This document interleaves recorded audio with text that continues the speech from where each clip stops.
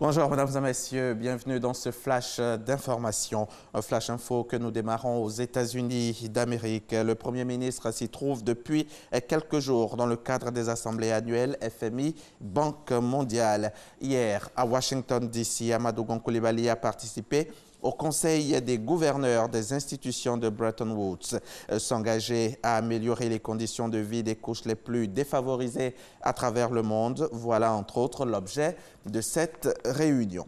Ici en Côte d'Ivoire, l'Union européenne leur emboîte déjà le pas en donnant le sourire aux populations défavorisées.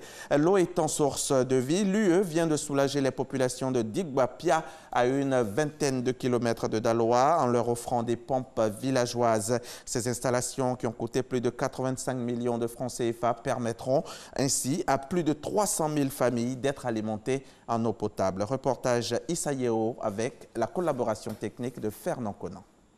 L'eau potable est désormais disponible à Digba-Pia, localité située à une vingtaine de kilomètres de Daloa.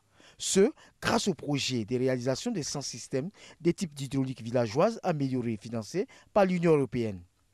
L'UE Magic Tour est l'occasion pour l'ambassadeur de cette union en Côte d'Ivoire d'inaugurer les pompes d'eau potable de Digba-Pia. Nous, on a amené l'eau à l'Union européenne ensemble avec l'Allemagne et aussi la Côte d'Ivoire, c'est un projet commun. On a amené à 100 villages. Donc ça veut dire les plus que 300 000 villageois ont de l'eau maintenant, de l'eau potable. Et là, on a pu parler un peu aux femmes qui ont dit que ça a changé complètement leur vie. Cette réalisation permet à plus de 4000 âmes d'accéder à l'eau potable à moindre coût. Quand je venais ici, il n'y avait pas l'eau ici. Où on s'en va puiser l'eau là? Là-bas est très loin. Maintenant, l'eau est venue ici. On est très contents. Quand la pompe est venue, vraiment, on était très contents.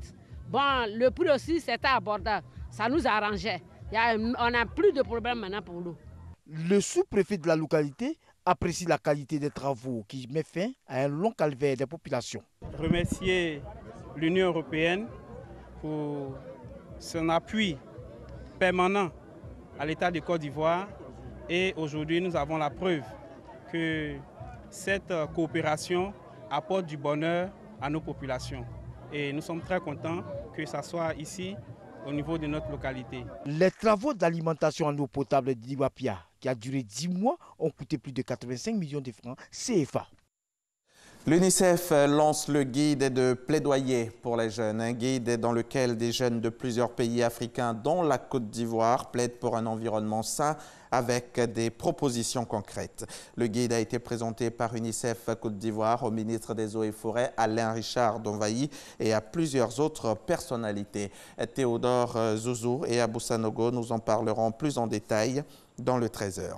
On va parler religion aussi à 13h. Considérés comme garants de la morale et de l'équilibre social, les fidèles chrétiens de l'Église évangélique du Réveil de Côte d'Ivoire s'engagent dans le processus de réconciliation. Le président de la communauté ERCI a animé un point de presse. C'est le révérend Zombleyao Germain. Il a exhorté les membres de sa communauté à promouvoir la paix et à accompagner le gouvernement dans le processus de réconciliation tout en les instruisant sur la vocation du chrétien qui est celle de gagner les âmes à Christ.